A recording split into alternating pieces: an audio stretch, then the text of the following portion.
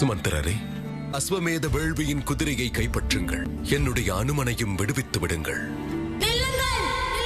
எதற்கும் வல்லமை பாரு, ராமன் பிள்ளைகள் சீதையின் மகன்கள். யுத்தத்தை துவங்குவோமா அல்லது வேண்டாமா என்ற யோசனையா? சண்டை இடுவதாக இருந்தால் நேரடியாக வா. சண்டையை விரும்பவில்லையே, தீர்வை கண்டுபிடிக்க சென்றோம். குதிரை இரண்டையும் விட வேண்டும். இல்லை பிரபு, இந்த பிரச்சனைக்கு முழுமையான தீர்வு அம்மா சீதா. நாங்கள் அவர்களை தேடி இரவு முழுவதும் அலைந்து கொண்டிருந்தோம். இருந்தும் எங்களால் கண்டுபிடிக்க முடியவில்லை. யுத்த விதிமுறைகளை மீறிவிட்டு மகாராணி சீதையை தேடியது போல் நடிக்கிறீர்களா? பொறுமை சுமந்திரரே, சிறுவர்களே, நேரம் வந்துவிட்டது. நீங்களாக தோல்வியை ஒப்புக்கொள்ளுங்கள். அஸ்வமேத வேள்வியின் குதிரையை விட்டுவிடுங்கள். சுமந்திரரே, குதிரையை அழைத்து செல்லுங்கள். ஆகட்டும் மகாராஜா.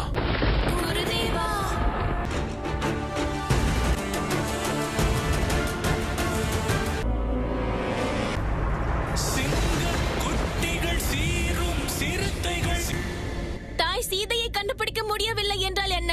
ஆனால் யார் கலங்கப்பட்டாலும் எங்களால் அதை ஏற்க இயலாது. அஸ்வமேத வேள்வி அம்மா சீதை இல்லாமல் நாங்கள் நிறைவேற விட மாட்டோம். சிறுவர்களே, யுத்தம் அவசியமில்லைதான்.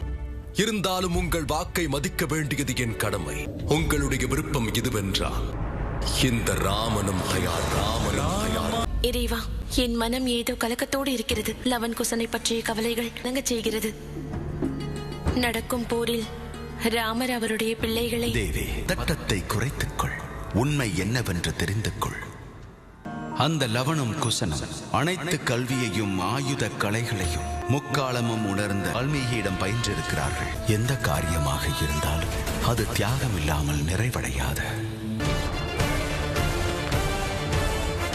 அவர்களே, உங்கள் மீது பெரும் மதிப்பு வைத்திருக்கிற உலகத்தின் அற்புதமான கதையான ராமாயணத்தை கேட்டிருக்கிறோம். ராமாயணத்தை முழுமையாக முடிக்கும் பொறுப்பை ஏற்றிருக்கிறோம். இருந்து நாங்கள் பின்வாங்கவே மாட்டோம். எறும்பென்று தான்று புறந்தள்ளலாமா? அண்ணா, உங்களுக்கு புரியாதது ஒன்றுமில்லை. உங்கள் யார் என்றும் நாங்கள் எல்லோரும் அறிவோம். ஒருவருடைய மனதில் எவ்வளவு பெருந்தன்மை இருந்தால், உள்ளம் இருந்தால், மந்திரையையும் அந்த ராவணனையும் தாங்கள் மன்னித்திருப்பீர்கள். அப்படிப்பட்டவர் காலம் சென்ற பிறகு எவ்வாறு அவருடைய மனதை மாற்றிக்கொள்ள முடியும்? நான் ஒன்று சொல்வேன், இவர்கள் இருவரும் மன்னிப்பின் அனைத்து எல்லையையும் கடந்து விட்டார்கள். ஏனென்றால் எங்கள் மன்னன் ராமன் கருணையை உருவானவர். தீய சக்தி நம் நாட்டிற்குள் அநீதியை பரப்ப எண்ணுகிறதோ, அவர்களுக்கு நீங்கள் தொடர்ந்து மன்னிப்பு அளிப்பீர்கள் என்ற எண்ணம் வந்துவிடக் கூடாது. இதோ இவர்கள் இருவரும் அந்த வாய்ப்பை எப்பொழுதோ இழந்து விட்டார்கள். நான் உங்களுடைய பிறப்பிலிருந்து இன்று வரை ஒவ்வொரு நொடியையும் விழாவை போல் தான் கொண்டாடி வருகிறேன். இன்று உங்களுடைய தம்பிகள் நண்பர்களின் நிலைக்கு காரணமானவர்கள் இவர்கள் இருவரும் தான்.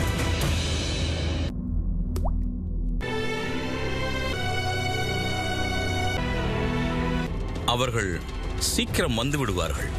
ஒன்றை தெரிந்து கொள்ளுங்கள், காலத்தை எதிர்த்து எவராலும் போராட முடியாது. மாண்டவி, ராமர் அவர்கள் இருக்கும் பொழுது ஏன் கவலைப்படுகிறாய்? அவர் கொடுத்த வாக்கை நிச்சயம் காப்பாற்றி விடுவார்.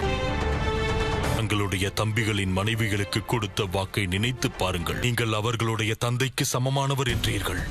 ஒருவேளை நேற்றிரவு நடந்த தாக்குதலுக்கு காரணம் இவர்கள் கிடையாது, அசுர சக்திகள் தான் என்று நீங்கள் கூறினாலும், இவர்களை குற்றமற்றவர்கள் என்று வைத்துக் கொண்டாலும், அதுவே அடுத்தடுத்து நடக்கும் குற்றங்களுக்கு வழிவகுக்கும். தயார் நிலையில் இருக்க வேண்டும். இங்கிருந்தபடியே நாம் தாக்க வேண்டும். அவனுடைய அயோத்தி நகரம் அந்த ராமராஜ்யத்தின் கனவு மண்ணை கவ்விக்கொள்ளும். ஒருவேளை இந்த இரு பிள்ளைகளுக்கும் இன்று மரணம் ஏற்பட்டால் அதற்கு நீங்கள் காரணமானால், பிரபு, உங்களுடைய பக்தனான நான் அமைதியாக இருக்க மாட்டேன். முனிவர் வால்மீகி அவர்களே, தயை கூர்ந்து என்னை மன்னித்து விடுங்கள். இந்த உண்மையை யாரிடமும் கூற மாட்டேன் என்று இப்பொழுது நான் மௌனமாக இருந்தால் அது என் பிரபுவிற்கு நான் செய்யும் நம்பிக்கை துரோகமாகிவிடும். நான் என் பிரபுவிற்கு எல்லா உண்மையையும் கூற வேண்டும். இவர்கள் குற்றத்திற்கான தண்டனை நிச்சயம் கிடைக்கும்.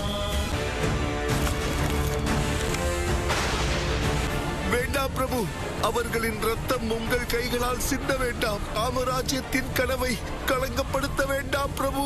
யாருக்கு நீங்கள்